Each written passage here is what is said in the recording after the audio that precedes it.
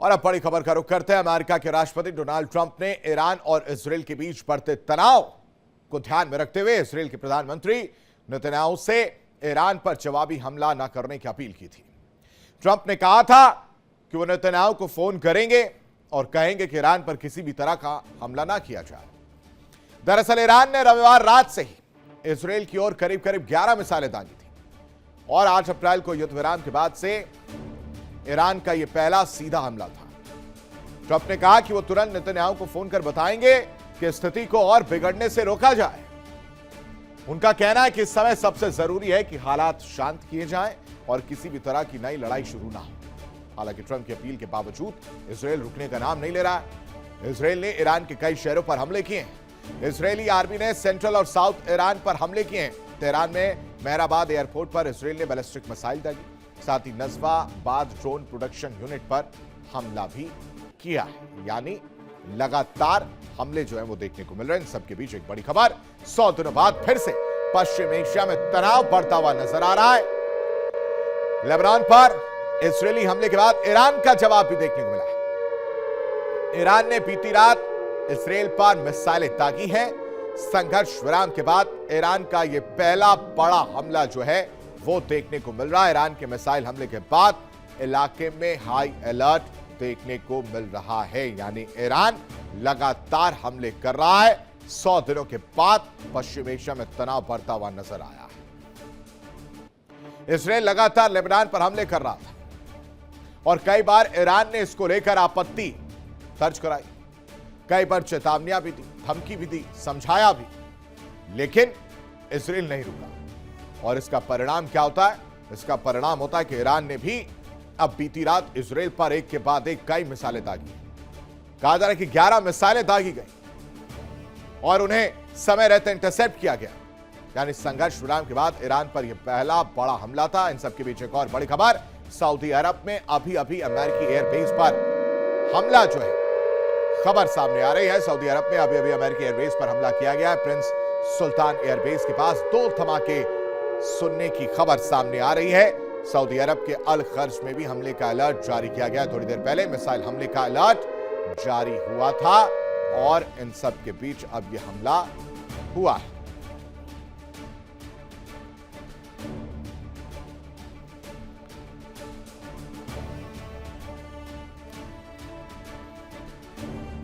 और ज्यादा जानकारी के साथ हमारे साथ सहयोगी मोनिका न्यूज रूम से और नासिर भी हमारे साथ जुड़े हैं। सबसे पहले नासिर, आपका रुख कर लेते हैं। लगातार ईरान जो है वो बैलिस्टिक हमले जो है वो देखने को मिल रहे, इजरायल पर हमले करते हुए नजर आ रहा था। इससे पहले कई बार चेतावनी भी दी थी और आखिरकार जो धमकियां, जो चेतावनी दी गई थी, उनको दरकिरार करना इजरायल पर भारी पड़ता हुआ नजर आया है, जिसमें रविवार रात की अगर हम बात करें तो लगातार हमले देखने को मिले। जी यशी, देखिए इससे पहले जब सीज फायर हुआ था, सबसे कंडीशन में जो बात क्या लिखी गई थी वो थी कि लेबनान पे कोई हमला नहीं होगा, लेबनान पे हमला माना जाएगा कि ईरान पे हमला हो जाएगा। उसके बाद हमने देखा लगातार इजराइल की तरफ से कई सारे साउथ लेबनान को निशाना बनाया गया। उसके बाद कई सारे स्टेटमेंट्स भी ईरान की तरफ से सामने आए और रिसेंटली एक ऐसी स्टेटमेंट सामने आई जिसमें खुद डोनाल्ड ट्रंप ने नेतन्याहू को कॉल करके कहा कि आप कोई भी मिलिट्री ऑपरेशन जो है लेबनान पे नहीं करेंगे। आपको चाहिए कि आप इस जंग से पीछे आइए, कोई हमला नहीं चाहिए हमें लेबनान पे, क्योंकि बातचीत जो है वो चल रही है, फाइनल स्टेज में बातचीत पहुंचने वाली है। लेकिन उसके बावजूद भी अगर देखा जाएगा कंटिन्यूसली हिजबुल्लाह हेडक्वार्टर्स पे या हिजबुल्लाह के जहां पे भी पनागाह है वहां पे इजराइल ने निशाना उनको बनाया और आज उसी का रिटेलिएशन जो है ईरान की तरफ से देखने को मिला, जब ईरान ने इजराइल की तरफ से कई सारे इलाकों में इजराइल की तरफ से जो है बैलिस्टिक मिसाइल दागे गए। लेकिन इजराइल का कहना है कि सारे मिसाइल जो इंटरसेप्ट किए गए, लेकिन ये भी खबरें सामने आ रही, कुछ मिसाइल जो है वो हिट हुए, उसमें आम नागरिक एक की जान जो है वो चली गई है, कुछ लोग जो है वो इंजर्ड हुआ है वहां पे, और तमाम तर लोग जो इजराइल में है वो अपने सेफर प्लेस पे उनको मूव करवाया गया है। शेल्टर्स में वो इस वक्त मौजूद है। पूरी तरह से अगर देखा जाएगा इजराइल में जो है हाई अलर्ट जो है वो जारी किया गया, लेकिन इजराइल ने भी जो है कई सारे मिसाइल जो है वापस लौटेंगे। एक और बड़ी खबर दर्शकों से साझा कर देते हैं। इजरायली हमलों के जवाब में ईरान का अटैक देखने को मिल रहा है। अभी अभी ईरान का इजरायल पर एक बार फिर से हमला देखने को मिला, जहां बैलिस्टिक मिसाइलें दागी गई हैं। इजरायल में ईरान के हमले का अलर्ट जारी है। लगातार इजरायल में ईरान हमलावर है, एक के बाद एक कई बैलिस्टिक मिसाइलें दागी गई हैं। ज्यादा अपडेट के साथ मोनिका का रुख कर लेते हैं। मोनिका, ये हमले उस दौरान सामने आ रहे हैं जब बातचीत की पिक्चर लोगों के सामने पेश की जा रही है, और ये मैं बहुत पहले से कह रहा था कि ये टाइम टेकिंग वाली कहानी है, हमले होंगे और आखिरकार हमला हो रहा है। और मुझे लगता है आशीष, ये जो बेरूत पर अटैक किया है ना इसराइल ने, ये भारी पड़ रहा है, क्योंकि इसराइल हम देख रहे हैं सीजफायर हुआ है अमेरिका और ईरान के बीच, लेकिन इसराइल मान कहा रहा था, लगातार वो लेबनान पर अटैक्स कर रहा था, और लगातार डोनाल्ड ट्रंप भी कह रहे थे कि भाई लेबनान को तो हमने इंक्लूड ही नहीं किया। बाद में लेबनान पर इंक्लूड किया गया, लेकिन फिर भी अटैक्स हो रहे थे। अब ये जो बेरूत पर अटैक किया ना इसराइल ने, ये भारी पड़ गया। अब ईरान ने कहा कि अब अगर जवाब नहीं दिया तो एक तो प्रॉक्सीज भी समझ लेंगे कि ईरान हमारे साथ नहीं है, और क्या संदेश जाएगा, आईआरजीसी की कितनी थू होगी। और इसीलिए आईआरजीसी ने, ईरान ने पलटवार किया जबरदस्त तरीके से, और इसराइल कर रहा है। इस बीच डोनाल्ड ट्रंप की हालत खराब है, उन्होंने कहा कि भाई तुमने बेरूत पर हमला कर लिया इसराइल से, और ईरान ने तुम पर कर लिया, अब शांत बैठ जाओ। लेकिन इसराइल भी मानने को तैयार नहीं, उनको लग रहा है कि भाई हमारी नाक का प्रश्न हो गया। इस तरह की भी रिपोर्ट्स हैं आशीष की डोनाल्ड ट्रंप जब समझा रहे थे नेतन्याहू को, तो उन्होंने बीच में फोन कट कर दिया, लेकिन इनकी पुष्टि हम नहीं कर सकते हैं। लेकिन कहीं ना कहीं नेतन्याहू को भी लगा कि उनके भी ईगो के लिए ये बहुत बड़ा चैलेंज हो जाएगा, तो वो ईरान पर, और ईरान अब इसराइल पर तमाम तैयारियां इसराइल में कर ली गई हैं। स्कूल्स बंद कर दिए गए हैं, हॉस्पिटल्स को अंडरग्राउंड किया जा रहा है। अगर हम परिवहन की बात करते हैं तो 75% कैपेसिटी के साथ चलाया जा रहा है। अभी एयर स्पेस को लेकर कोई ऐसी इंफॉर्मेशन नहीं आई है, लेकिन इस बात को बखूबी अब इसराइल समझ रहा है कि अब ईरान जो है वो मानने वाला नहीं है। अब ये युद्ध जो है भड़केगा और पूरा मिडिल ईस्ट इसका गवाह बनेगा। मिडिल ईस्ट के बाकी देश भी इसकी चपेट में आ सकती हैं, खुलकर अब ये लड़ाई। नासिर, मोनिका एक बात कह रही हैं, वो कह रही हैं कि युद्ध जो है वो भड़केगा। क्या ये माना जाए, जो ये अभी तस्वीरें देखने को मिल रही हैं, उसमें शांति वार्ता या बीच का रास्ता निकालने का प्रयास डोनाल्ड ट्रंप जो कर भी रहे हैं अपनी शर्तों पर, या प्रेशर बनाकर या किसी भी तरह से उस पर पानी फेरने का काम इसराइल करता हुआ नजर आ रहा है? देखिए आशीष, आपको बताते चलो, आप देख लीजिए कि कब से जो है पीसफुल टॉक्स के लिए बात होती है। मीडिएटर्स भी आए, पाकिस्तान में भी मीटिंग, उसके बाद कुछ ऐसे पाकिस्तान के जो लीडर्स है वो ईरान चले गए। डायरेक्टली और इनडायरेक्टली बात हुई, बिहाइंड द कर्टन्स बात हुई, लेकिन ओवरऑल जो है अभी तक रिजल्ट जो है उसमें जीरो आया। जीरो इसलिए आया क्योंकि जो टर्म्स एंड कंडीशन, ना तो उस पर ईरान झुकने वाला है और ना ही अमेरिका उस पर झुकने वाला है। तो मुझे लगता है कि पीसफुल टॉक जो अभी तक हुए वो फेल हुए और आने वाले समय में भी फेल होगा। अगर पीसफुल टॉक सफल होने वाले थे तो इतने टाइम से हुए होते, क्योंकि जो टर्म्स एंड कंडीशन उसमें दोनों कंट्रीज विलिंग नहीं है। लेकिन अब जो इसराइल ने जो है ईरान पे हमला दागा और ईरान ने जो है इसराइल पे हमला दागा, इससे कहीं ना कहीं अमेरिका जो है, डोनाल्ड ट्रंप जो है, वो इस वक्त जो है परेशान होगा कि अब मैं करूं क्या, अब कैसे मैं नेतन्याहू को रोकूं, कैसे ईरान को रोकूं। और जो रोल अदा किया गया था जब पहला हमला किया गया था, अमेरिका ने साथ इसराइल का दिया था, दोनों ने मिलकर हमला किया गया था, और वो हमला किन पॉइंट्स पे किया गया था, उसमें भी कुछ भी हासिल अभी तक जो है ना इसराइल को हुआ है ना ही तो अमेरिका को हुआ है। मुझे लगता है कि आने वाले दिनों में ये सिचुएशन जो है वर्स से वर्सन हो सकती है, क्योंकि अभी तो ना ही वो रिजीम चेंज कर पाए ईरान में, ना ही यूरेनियम को लेकर वो कुछ हासिल कर। इस बीच एक और बड़ी खबर दर्शकों से साझा कर लेते हैं। नासिर, मोनिका वापस लौटता हूं मैं। ईरान ने उत्तरी इसराइल पर बैलिस्टिक मिसाइलें दागी है, यह बड़ी खबर है। इसराइल पर 3 बार में कुल 10 से 11 मिसाइलें दागने की खबर निकलकर सामने आ रही है। एयर डिफेंस ने सभी मिसाइलों को इंटरसेप्ट किया है। उत्तरी इसराइल में मिसाइल हमले से हड़कंप मचा है। जल्दी से आपके सामने वो तस्वीरें भी रख देते हैं। उत्तरी इसराइल की तस्वीर आप देखिए, जहां बैलिस्टिक मिसाइलों से हमला किया गया। ये तस्वीरें आप देख सकते हैं, एक के बाद एक कई हमले जो हैं वो किए जा रहे हैं। और इस दौरान कहा गया कि करीब 10 से 11 मिसाइलें जो है वो अटैक किए गए, और फिर कुछ मिसाइलों को इंटरसेप्ट करने की बात निकलकर सामने आ रही। लेकिन जो मिसाइलें इंटरसेप्ट नहीं हो पाए, जिन्हें नहीं हवा में मार गिराया गया, वो जमीन पर आकर हिट होती हुई नजर आ रही हैं। अगर आप इस तस्वीर को इस जगह पर अगर आप ध्यान से देखेंगे, जो मिसाइलें हैं वो आकर हिट करती हुई नजर आ रही हैं। 2 तस्वीरों के जरिए और आसानी से आपको समझाने का प्रयास करते हैं कि किस तरह से जो हमले जो है ईरान की तरफ से उत्तरी इसराइल में जो है वो देखने को मिल रहे हैं। साथ ही साथ जो कहानी सामने आई कि एयर डिफेंस ने सभी मिसाइलों को इंटरसेप्ट किया, लेकिन कुछ मिसाइलें जो है वो हिट होती हुई नजर आ रही हैं। मोनिका, शांति वार्ता की मैं टिका रहूंगा अभी तो। हालांकि ये जो हमले हो रहे हैं, ये जो आकलन मैंने किया था वो तो कहीं ना कहीं सही साबित होता हुआ नजर आ रहा है, लेकिन जो सबसे जरूरी है कि पानी फेरने वाली बात, इजराइल ने पूरी तरह से डोनाल्ड ट्रंप को दरकिनार कर दिया है। यह अब खुले तौर पर देखने को मिल रहा है। एक और पिक्चर भी हो सकती है, क्योंकि अलग अलग इंटरप्रिटेशन हो रहे हैं। जी। एक और पिक्चर ये भी हो सकती है कि डोनाल्ड ट्रंप चाहते कब है कि शांति बहाल हो। हम लगातार इस बात का भी जिक्र करते रहे अपने डिस्कशंस में कि कहीं ना कहीं डोनाल्ड ट्रंप दूर बैठ के चाहते हैं कि वो इसराइल को पोक कर दे और इसराइल ईरान आपस में लड़ ले और अमेरिका की छवि खराब ना। अमेरिका वैश्विक स्तर पर लगातार ये नजर आए कि वो पीस वार्ता चाहता है, वो शांति वार्ता चाहता है, वो शांति का हिमायती है और वो चीज भी होती हुई नजर आ रही है। तो कोई बड़ी बात नहीं है कि ये सब कुछ डोनाल्ड ट्रंप दूर बैठ के करवा रही है और पोर्ट्रे ये किया जा रहा है कि भाई इजराइल है जो नहीं मान रहा है। क्योंकि अगर डोनाल्ड ट्रंप चाहते तो क्या डे वन से वो इजराइल को नहीं मना कर सकते थे? तब तो वो चुपचाप बैठे हुए सब कुछ देख रहे थे। तब वो लगातार ये कह रहे थे कि ठीक है, अगर इजराइल लेबनान पर अटैक कर रहा है तो ठीक है, लेबनान हम इंक्लूड कर ही नहीं रहे। लेबनान और इजराइल के बीच जो सीजफायर है वो एक अलग कहानी है, यानी कि हिजबुल्ला पर अटैक।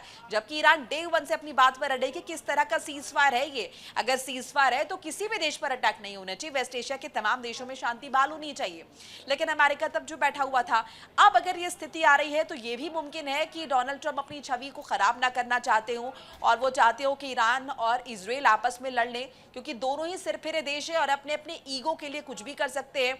अब इजराइल भी चुप नहीं बैठेगा और ईरान से तो कतई आप उम्मीद नहीं करिए। बिल्कुल मोनिका, आपने ये साफ तौर से कह दिया कि इजराइल चुप नहीं बैठेगा। इस बीच उसी से जुड़ी एक बड़ी खबर, ईरान के कई शहरों पर इजरायली हमला जो है वो देखने को मिला है। मोनिका ने इस चीज का अंदाजा लगा दिया और देखिए बड़ी खबर सामने आ गई। तेहरान में इस्फहान तक एयर स्ट्राइक की गई है। सैन्य और रणनीतिक ठिकानों पर हमला किया गया है। लड़ाकू विमानों और मिसाइलों से कई हमले किए गए। पूरे मध्य पूर्व में हाई अलर्ट जारी है। ड्रोन वेयरहाउस पर ईरान के इस्फहान पर यह हमला देखने को मिला है। अब इजराइल रिटेलिएट कर रहा है, जवाब दे रहा है उन हमलों का जिसमें रविवार रात को ईरान ने हमला किया था। और उन हमलों के जवाब में अब आप देखिए कहां हमले हो रहे हैं। तेहरान के इस्फहान में हमले हो रहे हैं। एयर स्ट्राइक जो है वो देखने को मिली और निशानों पर है मोनिका, सैन्य और रणनीतिक ठिकानों पर हमला किया जा रहा है। रणनीतिक ठिकानों पर हमला किया जा रहा है। लेकिन आशीष, हमने इस युद्ध की शुरुआत में देखा कि कैसे ये परिभाषा जो है बदली है। धीरे धीरे सैन्य रणनीतिक ठिकाने जो है वो रिहायशी इलाकों में तब्दील हो गए। लगातार ये कहा जाने लगा कि ये जो सामने पुल है, जो कि नॉर्मली अगर हम देखें एक बड़ी आबादी इसका इस्तेमाल करती है, लेकिन इसका इस्तेमाल सेना द्वारा भी किया जा रहा है, तो ये भी एक सैन्य ठिकाना है।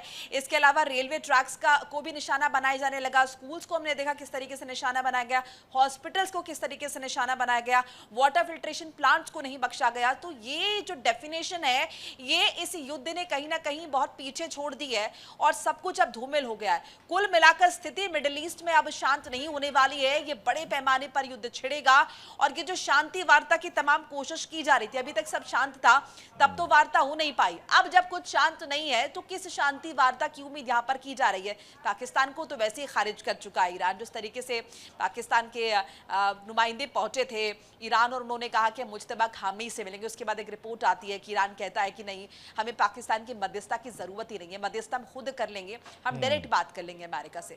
तो वो मध्यस्थता नहीं कर पाएगा। पाकिस्तान की मध्यस्थता एक तरीके से कहे कि स्वीकार्य नहीं है और अमेरिका और ईरान जो है डायरेक्टली बात कर रहे हैं। डोनाल्ड ट्रंप एक तरफ ये भी पुट्रे कर रहे हैं कि भाई बात कैसे हो पाएगी, इजराइल अटैक ना करे, लेकिन मुझे नहीं लगता कि ये स्थिति जिस तरीके से दिखाई जा रही है वैसी। मुझे लगता है कि कहानी के पीछे और भी बहुत कुछ है, क्योंकि डोनाल्ड ट्रंप को इंटरप्रेट करना इतना आसान नहीं है। बिल्कुल, और मुस्तफा से मिलने की इच्छा जताते हैं, फिर कहते हैं कि वहां तक बात नहीं पहुंच रही है। ये दावे और ये बातें निकलकर सामने आ रही। बीच इंटरव्यू में गुस्से से उबार हो जाते हैं। इजराइल में फोन कर रहे हैं, नेतन्याहू से बात करने की कोशिश हो रही है, बात हो रही है, वहां पर वो उनको अड़काते हुए नजर आ रहे हैं। यानी डोनाल्ड ट्रंप को इंटरप्रेट नहीं किया जा सकता, उनको समझा नहीं जा सकता है। मोनिका, इस बीच एक बड़ी खबर, यमन में भी बैलिस्टिक मिसाइल लॉन्च का दावा किया गया है। यह बड़ी जानकारी, सुरक्षा एजेंसियों ने मिसाइल लॉन्च डिटेक्ट किया है। इजराइल की ओर से मिसाइल दागे जाने की आशंका जताई गई है। यमन में एयर डिफेंस सिस्टम पूरी तरह से एक्टिव नजर आ रहा है। नासिर,